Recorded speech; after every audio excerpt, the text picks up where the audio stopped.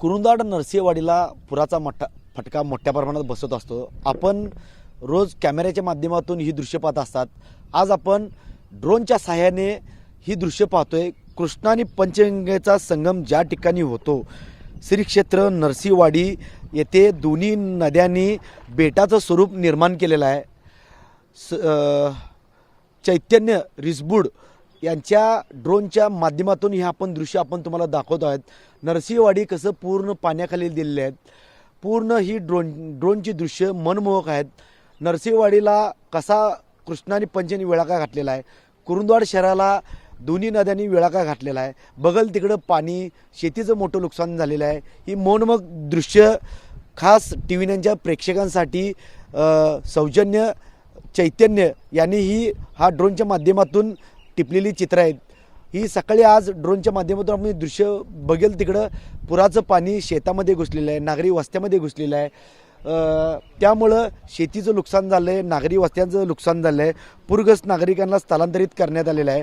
आपण जर बघितलं बगल तिकडं पंचगंगा आणि कृष्णेचा रुद्र अवतार कसा असतो, हा ड्रोनच्या सहाय्याने घेतलेली चांगल्या पद्धतीने ही दृश्य कैद करण्यासाठी चैतन्य यांनी अक्षरशः पुराच्या पाण्यामध्ये जाऊन पूर्णपणे वरने ही टिपलेली चित्र, तसेच आमचे कॅमेरामन टी व्ही 9चे सुशांत यांनी सुद्धा गेले 5 दिवस पुराच्या पाण्यातून सगळी दृश्य टी व्ही 9च्या माध्यमातून ही पोहोचवलेली आहेत।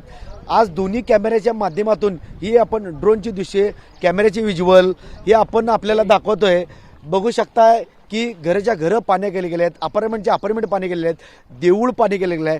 जे नरसिंहवाडी मंदिर आहे ते संपूर्ण पाण्याखाली गेलेलं आहे। आपण जर बघितलं तर कॅमेऱ्याच्या माध्यमातून बघितलं तर घर पूर्ण दुसऱ्या मजल्याला कृष्णेचं पंचगंगेचं हे पाणी लागलेलं आहे। वरनं आकाशातून ड्रोनच्या माध्यमातून ही चांगल्या पद्धतीनं घेतलेली दृश्य मनमोहक दृश्य आहेत, फक्त टी व्ही 9च्या प्रेक्षकांसाठी। आजवर कृष्णा आणि पंचगंगेचं संगम कुणीही दाखवलं नाही, पण आपण आपल्या प्रेक्षकांसाठी खास दृश्य तयार ठेवले आहेत। पण गेल्या 5 दिवसापासून कृष्णा आणि पंचगंगेचं पाणी झपाट्याने वाढू लागलं आहे। हे पाणी कमी होण्यासाठी अजून कमीत कमी 2 दिवसाचा वेळ लागेल। आता आपण जर बघितलं तर वाडीच्या दुसऱ्या मजल्याला हे पूर्ण पाणी लागलेलं आहे। इथल्या नागरिकांना स्थलांतरित करण्यात आलेलं आहे।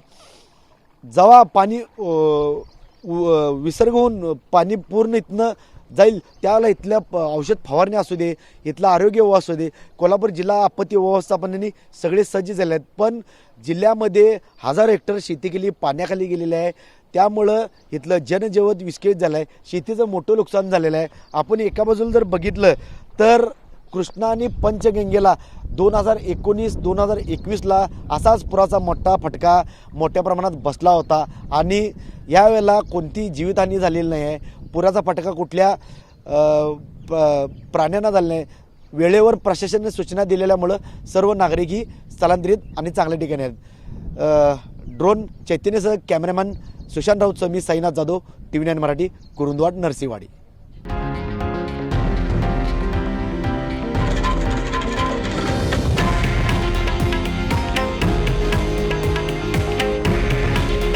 हे आहे देशातील नंबर 1 न्यूज नेटवर्क आणि आपण पाहत आहात TV9 मराठी। काळजी तुमची, हित महाराष्ट्राचं।